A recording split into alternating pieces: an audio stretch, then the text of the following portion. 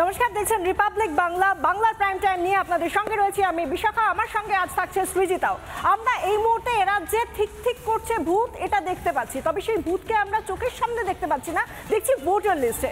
যখন ভূত এসেছে তখন অবশ্যই ওঝা ডাকতে হবে, SIR, স্পেশাল ইন্টেন্সিভ রিভিউ। সেই ওঝা কখন কিভাবে কখন বিজ্ঞপ্তি জারি করে জাতীয় নির্বাচন কমিশন, সেদিকে নজর রাখবো, বিস্তারিত জানাবো। কিন্তু তারপরে যে ট্রেন্ডিং খবর রয়েছে, এরপরের যে ট্রেন্ডিং খবর তা হলো TMCPর দাদাগিরি। কলকাতা বিশ্ববিদ্যালয়ে তাদের যেহেতু 28 অগস্ট প্রতিষ্ঠা দিবস, সেই জন্য নাকি পরীক্ষা নেওয়া যাবে না। কি অদ্ভুত আচরণ, কি অদ্ভুত আবদার, কিন্তু কর্তৃপক্ষ বলছে সেই দিনই পরীক্ষা হবে। এরপর কি তরজা চলছে সেটা জানাবো বিস্তারিত। এবং তারপরে যে ট্রেন্ডিং খবর তা হলো এতদিন পর 2010-এর পর 2025-এ জ্ঞানেশ্বরী এক্সপ্রেসের দুর্ঘটনা স্মৃতি আবার উস্কে দিল গড়বেতায় যে ঘটনা ঘটলো, রাজধানী এক্সপ্রেসের গার্ড ও চালক কেন রাজধানী এক্সপ্রেস থামিয়ে দিতে বাধ্য হলেন, এবং তারপর আজ ফরেন্সিক বিশেষজ্ঞরা গিয়ে কি দেখলেন, লাইন থেকে কি উদ্ধার হলো, সেই সমস্ত বিস্তারিত জানাবো। কিন্তু তার আগে সৃজিতার সঙ্গে দেখে নিন হেডলাইন্স।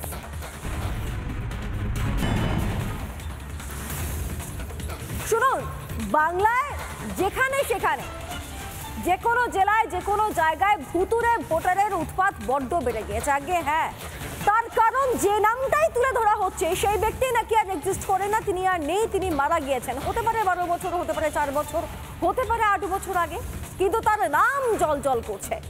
এই যেমন সোনারপুরের একটি গ্রাম, সেই গ্রামে একটি মাত্র বুথে 100-র বেশি ভোটার পাওয়া গিয়েছে, যারা কেউ আজকের দিনে দাঁড়িয়ে বেঁচেই নেই, কিন্তু তাদের নাম ভোটার লিস্টে জল করছে। মানে 2025 সালের যে ভোটার লিস্ট, সেখানেও জল করতে দেখা যাচ্ছে। অর্থাৎ আগামীতে যে ভোটটা আসছে সেখানেও তারা থাকবেন, তারা তো ভোট দিতে আসবেন না, তাহলে তাদের হয়ে ভোটটা দেবেনটাকে? আর এখানেই তো SIR এর প্রয়োজনীয়তা, যেখানে বড্ড ব্যথা লাগছে তৃণমূল কংগ্রেসের। মোটামুটি আপাতত যা অবস্থা হয়েছে, এই ভোটার লিস্ট থেকে ভূত বাঁচতে গা উজাড় হয়ে যাচ্ছে। দেখুন,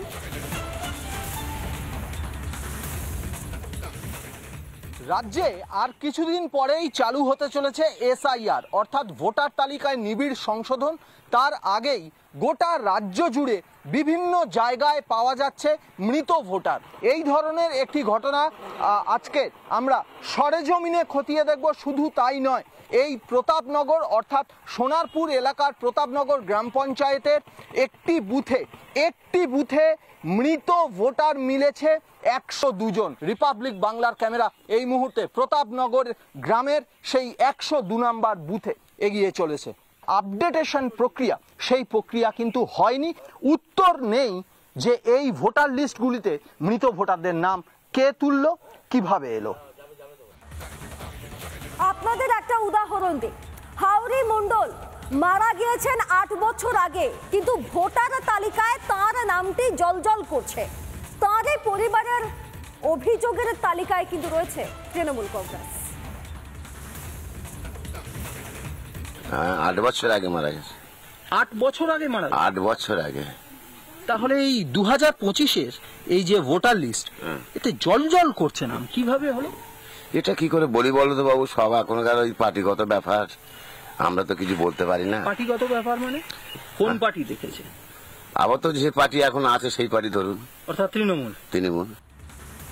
কি অদ্ভুত বিষয় না, যখন ভোটার তালিকা আপডেট করা হচ্ছে তখন কিন্তু যারা নতুন ভোটার তাদের নাম চলে আসছে, কিন্তু যারা মৃত ভোটার তাদের পরিবারের লোকজন যখন সেই শংসাপত্র দেওয়া হচ্ছে তাদের তরফ থেকে বলা হচ্ছে নাম কেটে দিন, কিন্তু এই মৃত ভোটাররা ভূত হয়ে তারা কিন্তু রয়ে যাচ্ছেন এই ভোটার তালিকায়। যেরকম ধরুন ভগীরথ মণ্ডল এবং সুপদ মণ্ডল, তারা একই পরিবারের 2 সদস্য, একজন মারা গিয়েছেন 4 বছর আগে, একজন মারা গিয়েছেন 8 বছর আগে, কিন্তু পরিবারের লোকজন বলছেন তারা যা করণীয় তা সবই করেছেন, যে কর্তৃপক্ষের কাছে যা জমা দেওয়ার বা বলার সেগুলো সবই তারা করেছেন, কিন্তু এখনো পর্যন্ত তাদের নাম ভগীরথ মণ্ডল এবং সুপদ মণ্ডল, তাদের নাম জল করছে ভোটার তালিকায়। শ্বশুর হয় ভগীরথ মণ্ডল আর সুপদ আমার দেওর হয়। আচ্ছা, মরে গেছে সুপদ আর 8 বছর, আমার শ্বশুর মরে গেছে আর 4 বছর। আপডেটেড ভোটার লিস্টে নামটা এলো কি করে?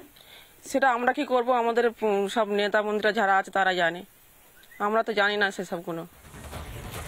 পরিবারের লোকজন কি বলছেন সেটা তো শোনালাম, কিন্তু সাধারণ মানুষ যারা স্থানীয় এলাকার যারা বাসিন্দা তারা বলছেন যখনই ভোট আসে তখনই এই ভূতেরা হঠাৎ সক্রিয় হয়ে ওঠে। অ্যাক্টিভ হয়ে ওঠে এবং ভোট দিতে চলে যায়। কারা তাদের হয়ে ভোট দেয়, কারা এসে কাদের নামে ভোটটা পড়ে বা কোন দলকে ভোট দেয়, সেটা তারা না বুঝতে পারলেও তারা পক্ষান্তরে একটা কথাই বলছেন, তাদের যে নাম এখনো পর্যন্ত ভোটার তালিকায় জলজল করছে তার পিছনে রয়েছে শাসক দলের হাত। প্রচুর মৃত ভোটার। তো এদের নাম এই ভোটার লিস্টে আসছে কি করে? ভোটার লিস্টে আসে, আমরা দরখাস্ত করে বাদ দেওয়ার কথা বলেছি, ওরা বাদ দেয়নি। আবার ওই ভোট মরা ভোট দিয়ে যাচ্ছে। মরা ভোট দিচ্ছে? হ্যাঁ, মরা লোকে তো ভোট দেয়, দিয়ে তো জিতছে। আরে শাসক দলের হাত যে কত লম্বা তার একটা উদাহরণ আপনাদেরকে দেখায়। তৃণমূলের উপপ্রধানের পরিবারের এক মৃত, তার নামও ভোটার লিস্টে রয়েছে। মনোমোহিনী মণ্ডল, স্বামীর নাম বনচারী মণ্ডল, আপনাদের পরিবারের সদস্য? হ্যাঁ। উনি মারা গেছে? হ্যাঁ, আমার দাদা শ্বশুর, আমার দিদি শাশুড়ি। আচ্ছা, দুজনেই মারা গেছে। কিন্তু আপনার দিদি শাশুড়ি মনোমোহিনী মণ্ডলের নাম ভোটার লিস্টে জলজল করছে, আপনি দেখেছেন, জানেন? আমার ঠিক জানা নেই, কারণ যারা এগুলো ওদের কাজ, তারা যদি না কিছু করে। কি ভাবছেন, শুধুমাত্র এই ভুতুড়ে ভোটার নিয়ে কথা বলছেন তাদের পরিবারের লোকজন, স্থানীয় বাসিন্দারা, শুধু তারাই? তা নয়, যারা বিএলএ হিসেবে অর্থাৎ ভোটে যারা কাজ করেছেন গত পঞ্চায়েত নির্বাচনেও এই ভুতুড়ে ভোটাররা ভূত হয়ে ভোট দিয়ে গিয়েছেন, সে কথা বলছেন বিএলএ নিজে, যিনি নিজে প্রত্যক্ষ করেছেন এই ভুতুড়ে ভোটারদের ভোট দিয়ে যাওয়াটা। শুধু আমাদের প্রধাননগর পঞ্চায়েতের এইসব বুথ নয়, টোটাল রাজ্য জুড়ে এরকমই কার্যকলাপ হয়েছে। কারণ আমাদের যে সরকারে রয়েছে তাদের বিভিন্ন সুযোগ সুবিধার জন্য এসবগুলো কাটেনি, তারা রেখেছে। বিভিন্ন ধরনের হচ্ছে গিয়ে ভোটের সময়, যেমন গত পঞ্চায়েত ভোটে এখানে যা পোল হয়েছে, কাউন্টিংয়ে দেখা গেল তার থেকে 200 ভোট বেশি। আরো কয়েকটি উদাহরণ দেখুন না, পূর্ব বর্ধমানের মঙ্গলকোটের সরগ্রাম, এবং সেখানে 276 নম্বর বুথে 5 জনের নাম রয়েছে মুসলমান সম্প্রদায়ের মানুষের ভোটার তালিকায়। অথচ এলাকাবাসীরা বলছেন যে আরে দাদা, আমাদের এলাকায় তো কোনো মুসলমান সম্প্রদায়ের মানুষই নেই, তাহলে ভোটার লিস্টে এই নামগুলো এলো কোত্থেকে? আমাদের গায়ে মুসলিম নেই, সংখ্যালঘু বাস নেই। না না, এই 5 জনের নাম উঠেছে, তাহলে কি বলবেন? এটা প্রশাসন দেখবে, ওদের তো নাম তো নেই, ছিল না আমাদের এখানে 7টা গ্রামেই নেই, এটা ভুই তো মনে হচ্ছে। কিভাবে মানে যে কি বলবো, মানে বিএলওরাই জানে যে ওটা কিভাবে কি হয়েছে না হয়েছে, এই ব্যাপারটা আমি কিছু বলতেই পারবো না। যদি ওরা 4বার তো ফর্ম জমা দেওয়া হয়েছিল ওদিকে ইয়ে করার জন্য, কিন্তু তার সত্ত্বেও যে কেন এটা হয়েছে কিন্তু আমার মাথাতে নেই। এটা হলো বছর 3 কি 4, তাই এটার জন্য আমি অনেকবার বলেছিলাম বা আমার সুপারভাইজার দাদাকেও বলেছিলাম যে এটা বারবার কেন আসছে, এটার কেন ব্যবস্থা নিচ্ছেন না। উনি বলেছিলেন যে আপনি শিফটেড করে দিন, কিন্তু আমি ওনার কোনো ডকুমেন্টস না পেলে আমি কিভাবে শিফটেড করব? এবার বলি বহরমপুরের কথা, ভালো করে শুনবেন, আমি যখন বলছি ভালো করে শুনবেন। মাত্র 2টো বুথ, বহরমপুরে মাত্র 2টো বুথে শতাধিক মৃত ভোটার, সেই খোঁজও পাওয়া যাচ্ছে। শুধু তাই নয়, যেটা দেখা যাচ্ছে যে এবারে এমন একজনের নাম সামনে আসছে সমর দে, যার পরিবারের লোকজন বলছেন তিনি তো কবেই মারা গিয়েছেন, তার বাড়ির লোকজন হয়ে তারা যেখানে যেখানে জমা দেওয়ার কথা এবং বারবার বলেছেন যে তার নাম ভোটার তালিকা থেকে যাতে বাদ দেওয়া হয়, কিন্তু প্রত্যেক বছর ভোট আসে এবং তার হয়ে কেউ ভোটটা দিয়ে যান। কে ভোট দেয় সে কথা তারা না বললেও এটা বলতে পারছেন পরিবারের লোকজন যে এই সমরদের নামে, এই মৃত ভোটারের নামে ভোটটা কিন্তু পড়ে। সমর দে মারা গিয়েছেন 2018 সালে, তবে এখনো পর্যন্ত তার ভোটার কার্ডে নাম রয়েছে। এই মুহূর্তে সমর দের যে ডেথ সার্টিফিকেট সেটি যেরকম আমার হাতে রয়েছে, উল্টো দিকে এখনো পর্যন্ত তার যে ভোটার তালিকায় নাম রয়েছে সেটিও আমাদের হাতে এই মুহূর্তে রয়েছে। সমর দের ডেথ সার্টিফিকেট প্রথমে আমি দেখাই। সমর দে, তার যেটা মৃত্যুর দিন সেটি লেখা রয়েছে 23/9/2018 সাল। এখনো পর্যন্ত যে ভোটার তালিকা, সেই ভোটার তালিকাতে জলজল করছে সমর দের নাম। এটা তো সমর দে? হ্যাঁ, আমরা যে কমপ্লেন করেছিলাম ওখানটায় যে আমার বাবা মারা গেছেন, উনি তো ওনার নামটা কাটা হোক। কি বলছেন ওনারা? ওনারা বলে ঠিক আছে নামটা কেটে দেবো, তাই বলেছিলেন। যে তারপরে আমি শুনতে পেলাম যে আমার বাবার নামটা কাটা হয়নি, এখন পর্যন্ত আমার বাবার নামটা আছে। একবার ভেবে দেখুন যে এই যে সমর দেয়ের মতো লোকজন, এরকম ভুতুরে ভোটাররা, মৃত ভোটাররা, এখনো পর্যন্ত তাদের অস্তিত্ব রয়েছে ভোটার তালিকায়। 2018 সালে যার মৃত্যু হয়েছে, 2025 সালে আজও তিনি এখনো পর্যন্ত ভোটার তালিকায় রয়েছেন, যাচ্ছেন ভোট দিতে, ভোট দিয়ে আসছেন। কে দিচ্ছে, কিভাবে দিচ্ছে তা নিয়ে স্বচ্ছভাবে কিছু না বলা গেলেও কারা করছে তার অভিযোগটা উঠে আসছে শাসক দলের বিরুদ্ধেই। এবং এমতো অবস্থায় কি বলছেন বহরমপুরের বিজেপি বিধায়ক, একবার শোনাবো। একটি ওয়ার্ডে 135 জন মৃত ভোটারকে নিয়ে গত 5 বছর ধরে 6 বছর ধরে ভোট চলছে। আর পৌরসভায় এই ভোট লুট তলাজ করে মৃত ব্যক্তিদের ভোট দিয়েছিল এই তৃণমূলের গুন্ডা বাহিনীরা। তাহলে হিসেবটা কি দাঁড়াচ্ছে যে এই ভূতের ভোটের জেরেই ক্ষমতায় রয়েছেন মমতা বন্দ্যোপাধ্যায়, আর এই ভূত তাড়াতেই এখন ওঝা হয়ে দাঁড়িয়েছে এসআইআর, যাতে আপাতত তৃণমূল কংগ্রেস থরথর করে কাঁপছে, এমনকি ভয় পাচ্ছেন খোদ মমতা বন্দ্যোপাধ্যায়। তাই জন্যই তো ধমকে চমকে যেভাবেই হোক এই তালিকা সংশোধনটাকে আটকাতে চাইছেন তিনি। हम इलेक्शन कमीशन को चेयर को रेस्पेक्ट करते हैं, लेकिन जैसे बिहार में 40 लाखों का ज्यादा आदमी को नाम निकाल दिया और बंगाल में भी करने वाला है, अगर करेगा तो घेराव कर्मसूची करेंगे, पूरा घेराव होगा, पूरा आंदोलन होगा, हम नाम काटने नहीं देंगे। কিছুদিন আগে আমরা দেখলাম 21শে জুলাই হতে, 21শে জুলাই যেন মহা একটা পর্ব আমরা দেখলাম। এবং তারপর আবার দাবি উঠছে যে ছাত্র সমাজ নাকি এই মুহূর্তে 28শে অগস্ট নিয়ে ভীষণভাবে তারা চিন্তিত এবং উৎসাহিত, যাতে তৃণমূল ছাত্র পরিষদের প্রতিষ্ঠা দিবস তারা পালন করতে পারেন, উদযাপন করতে পারে। তার জন্য নাকি বিভিন্ন জায়গা থেকে ছাত্রছাত্রীরা তারা নাকি চিঠি পাঠাচ্ছে যাতে কলকাতা বিশ্ববিদ্যালয়ের 28শে অগস্টের যে পরীক্ষা, সেই পরীক্ষা যাতে না হয়, অন্য কোনো দিন যেন পরীক্ষা নির্ধারিত হয়। এদিকে কলকাতা বিশ্ববিদ্যালয়ের যিনি ভারপ্রাপ্ত উপাচার্য শান্তা দত্ত, তিনি পরিষ্কার জানিয়ে দিয়েছেন আগেও এবং আজ একটা সিন্ডিকেট বৈঠক হয়েছিল, সেই বৈঠকে এমনকি উচ্চশিক্ষা দফতর থেকে তার কাছে অনুরোধ এসেছে, বলা হয়েছে, উল্লেখ করা হয়েছে, মমতা বন্দ্যোপাধ্যায় বলেছেন, অনুরোধ করেছেন যাতে টিএমসিপির প্রতিষ্ঠা দিবসে যাতে পরীক্ষা না নেওয়া হয়, এই দিনটাকে যেন বদলে দেওয়া হয়। তার সত্ত্বেও একজন উপাচার্য হিসেবে তিনি তাঁর কাজ করে যাচ্ছেন। বলেছেন ভারপ্রাপ্ত উপাচার্য শান্তা দত্ত বলেছেন 28শে অগস্ট পরীক্ষা হবে। 30,000 পরীক্ষার্থী যখন মানসিকভাবে তৈরি, তাদের জন্য এই পরীক্ষা হবে। একটি রাজনৈতিক দলের ছাত্র সংগঠনের জন্য পরীক্ষা পিছনো যাবে না। তাদের বক্তব্য হচ্ছে 28শে অগস্টের পরীক্ষাটাকে পিছোতে হবে। তা এই যে পিছোতে হবে, তাদের যখন আমরা জিজ্ঞেস করছি, অনেক প্রফেসররা ছিলেন সে সময়, যে জিজ্ঞেস করছি যে কি পরীক্ষা বলো তো, কোন পেপার বলো তো, কিছু বলতে পারছে না তারা। তার মানে এমন ছাত্র, তারা কিছুই জানে না, শুধু পার্টি বলে দিয়েছে পিছোতে হবে, তাই সেটা বলতে এসেছে। আমরা তখন তাদের জানাই যে আমরা এভাবে পরীক্ষা পিছোতে পারবো না, কারণ আমাদের এই পরীক্ষার ডেট অনেক দিন আগে শিডিউল ঠিক হয়, আমাদের একটা একাডেমিক ক্যালেন্ডার আছে। আমাদের পক্ষে এরকম একটা ছাত্র সংগঠনের প্রতিষ্ঠা দিবসের জন্য পরীক্ষা পরিবর্তন করা অসম্ভব ব্যাপার। আর আমরা যদি সেটা করি, তাহলে আগামী দিনে বাদবাকি ছাত্র সংগঠন, তার তো অনেক আছে, এসএফআই আছে, প্রাচীন ছাত্র সংগঠন। আর এর পাল্টা তৃণমূল ছাত্র পরিষদ কি করছে শুনুন। তিনি বলছেন উপাচার্য রাজনীতি করছেন। তৃণমূল ছাত্র পরিষদ উপাচার্যের শিক্ষাগত যোগ্যতা নিয়ে প্রশ্ন তুলছে। তৃণমূল ছাত্র পরিষদ বলছে যে উপাচার্য নাকি ছাত্র বিরোধী কাজ করছে। আরে মশাই, প্রশ্ন তো এইখানে যে তৃণমূল ছাত্র পরিষদের সম্পদ মনোজিৎ মিশ্ররা, যে তৃণমূল ছাত্র পরিষদের সম্পদে দেখতে পাওয়া যায় হাওড়া নরসিংহ দত্ত কলেজকে, যেখানে দেখা যায় বালিগঞ্জ আইটিআইকে, যেখানে দেখা যায় কাকদ্বীপের সুন্দরবন কলেজকে, যেখানে কসবা ল কলেজে ধর্ষণে অভিযুক্ত হয় এই মনোজিৎ মিশ্ররা, যাদের নাম দেওয়ালে দেওয়ালে লেখা থাকে এবং এরা দিনের পর দিন দাদাগিরি চালায়, এরা পড়ুয়াদের স্বার্থের জন্য কোন কাজটা করে? নিজেদের দলের একটা দিন উদযাপনের জন্য পরীক্ষার দিন বদলে যাবে? দাবিটা কি এদের শুনুন।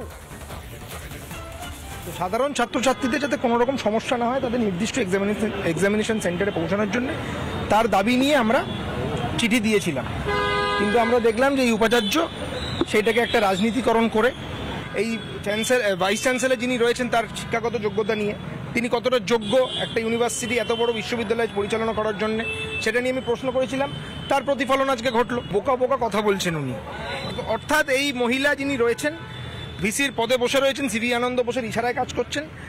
তিনি প্রথম কথা, তিনি একাডেমিকভাবে জালি, তার জালি পাবলিকেশন আপনাদের সামনে দেখালাম। আগামী দিনেও আমরা দেখব যে এই ভিসি কিভাবে ইউনিভার্সিটির আর্থিক পরিকাঠামো ভেঙে ফেলেছে এবং শিক্ষাটাকেও ভেঙে দিচ্ছে আস্তে আস্তে। তৃণমূল ছাত্র পরিষদের জেনারেল সেক্রেটারি সাধারণ সম্পাদক অভিরূপ চক্রবর্তী যা বলছিলেন তার ভাষা, তিনি একজন উপাচার্যকে বলছেন ওই মহিলা, তার শিক্ষাগত যোগ্যতা তা কতটা ঠিকঠাক সেটা বিচার করবেন এই অভিরূপরা, যারা কিনা মনোজিতদের নিজেদের সম্পদ বলে থাকেন বা এখন হয়তো বলেন না। আমরা জানি না আরও ঠক বাজতে কত গাঁওজার হবে, আরও কত মনোজিত মিশ্ররা হঠাৎ মাথা গজিয়ে উঠে দাঁড়াবেন। কিন্তু এরই মধ্যে তাদের যে আজব দাবি যে পরীক্ষা চুলোয় যাক, তাদের টিএমসিপি যে ছাত্র সংগঠন তার প্রতিষ্ঠা দিবস উদযাপন করতে হবে, খেলা মেলায় মারতে হবে, তার জন্য পরীক্ষা রসাতলে যাক। এই একই রকম কথা বলেছিলেন পিনাঙ্কুর ভট্টাচার্য, যিনি আবার টিএমসিপির রাজ্য সভাপতি। তিনি বলেছিলেন বীরভূমে গত শুক্রবার যে তারা কি কি করছে, তাদের বর্ণাঢ্য অনুষ্ঠানের জন্য কি কি মিছিল, কি কি আয়োজন, এবং তার জন্য তারা বলছেন কি না শিক্ষাঙ্গনে কলকাতা বিশ্ববিদ্যালয়ে পরীক্ষা হবে নির্ধারিত দিনে, সেটা নাকি রাজনীতি হচ্ছে। রাজনীতিকরণ করছেন কে?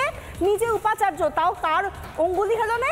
নাকি বলা হচ্ছে যে শুধুমাত্র রাজভবনের অঙ্গুলি হেলনে, সিভি আনন্দ বোসের অঙ্গুলি হেলনে রাজনীতি করছেন শান্তা দত্ত। একথা কে বলেছিলেন? পিনাঙ্কুর ভট্টাচার্য। শোনাবো। অনেক ছাত্রছাত্রীরা আমাদের কাছে আবেদন করেছিল, তাদের চিঠি আমাদের কাছে আছে, তার পরিপ্রেক্ষিতে আবেদন করেছিলাম। আমি জানি ছাত্রছাত্রীরা ইউনিভার্সিটিকেও চিঠি দিয়েছে, শিক্ষা দপ্তরকেও চিঠি দিয়েছে। এবার আমাদের কাজ যাতে সাধারণ ছাত্রদের সমস্যা নয় সেই কথা তুলে ধরা। কি মানবেন কি মানবেন না সেটা তাদের ইস্যু। তবে আমার মনে হয় একটা ইউনিভার্সিটি এমন একটা ইনস্টিটিউশন যার সবার আগে মানবিক হওয়া উচিত।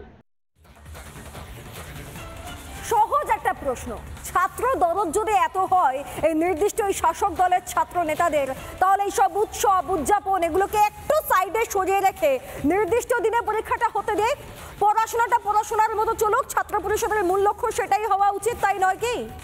রাজনৈতিক মহল কি বলছে শোনাবো আপনাদের। প্রত্যেকবার ফাউন্ডেশন ডে টিএমসিপির কি 28 আগস্ট হয়েছে? আমি পরীক্ষা বদলের কথা ছেড়ে দিন, দিন বদলের কথা ছেড়ে দিন, আমি প্রথম প্রশ্ন করি মমতা ব্যানার্জির যেদিন ইচ্ছে হয়েছে উনি সেদিন করেছেন। এর আগে সববার তো উনি 28 আগস্ট করেননি, সববার উনি 28 আগস্ট করেননি। এই যে সমস্ত যারা আজকে ছাত্রদের তৃণমূল ছাত্র পরিষদের নেতা হয়েছে তারা এগুলো জানে না। মমতা ব্যানার্জি চিরকাল 28 আগস্ট করেননি,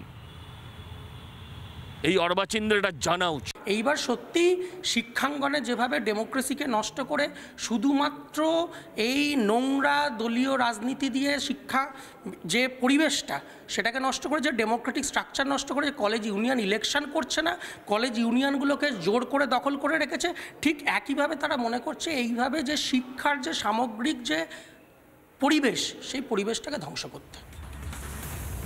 জ্ঞানেশ্বরী এক্সপ্রেসের কথা আমাদের প্রত্যেকেরই মনে আছে। এখনো পর্যন্ত 2010 সালে যে জ্ঞানেশ্বরী এক্সপ্রেস সেটা ঝাড়গ্রামে লাইনচ্যুত হয়ে 148 জনের মৃত্যু হয়েছিল, সেই স্মৃতি যেন আরও একবার উস্কে দিল গড়বেতা, যখন শিলাই হল্টে রাজধানী এক্সপ্রেসের চালক এবং গার্ড তারা শুনতে পান একটা বড়সড় শব্দ, এবং শব্দ পেয়ে তারা দাঁড়িয়ে যান এবং গাড়ি দাঁড় করিয়ে রাখার পরে তারা গিয়ে দেখেন, অথচ কিছু দেখতে তখনও পর্যন্ত পাননি।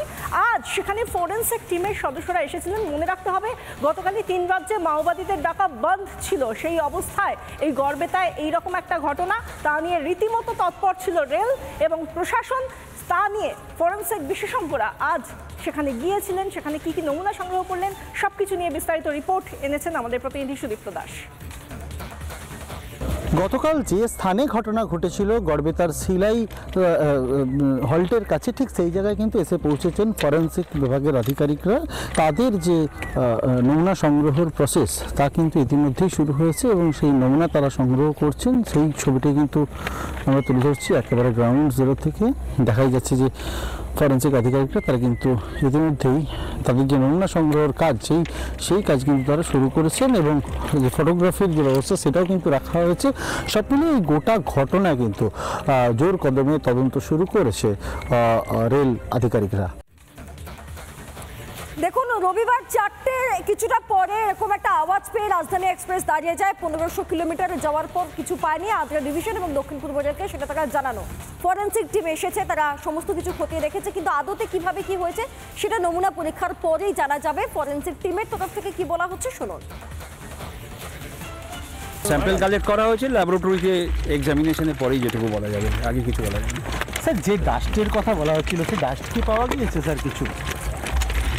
দেখুন আমি অ্যাক্টিভ স্পট থেকে স্যাম্পল কালেক্ট করা হয়েছে, এটা ল্যাবরেটরিতে পাঠানোর জন্য আমরা ইনভেস্টিগেটিং এজেন্সিকে বলেছি, ল্যাবরেটরি এক্সামিনেশনের পরেই বলা যাবে। স্যাম্পল কালেক্ট করা হয়েছে, ল্যাবরেটরিতে এক্সামিনেশনের পরেই যেটুকু বলা যাবে, আগে কিছু বলা যাবে না।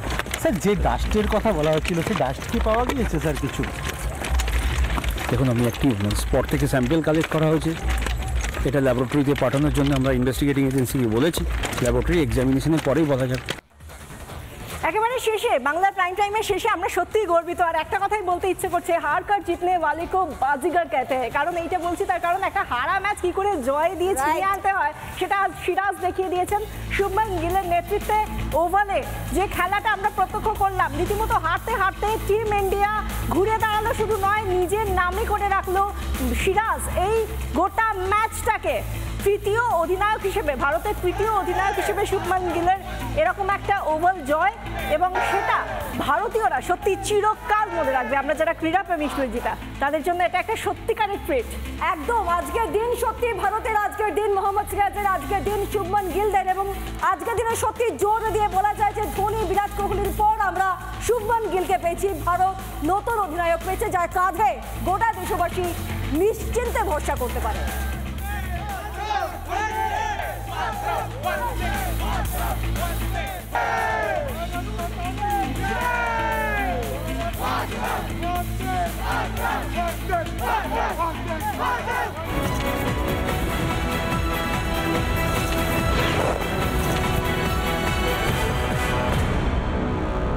নানা ধরনের কন্টেন্ট দেখার জন্য লাইক করুন, শেয়ার করুন আমাদের ফেসবুক পেজ, সাবস্ক্রাইব করুন আমাদের ইউটিউব চ্যানেল। পাশাপাশি অন্যান্য ব্রেকিং নিউজের জন্য অবশ্যই চোখ রাখুন রিপাবলিক বাংলায়।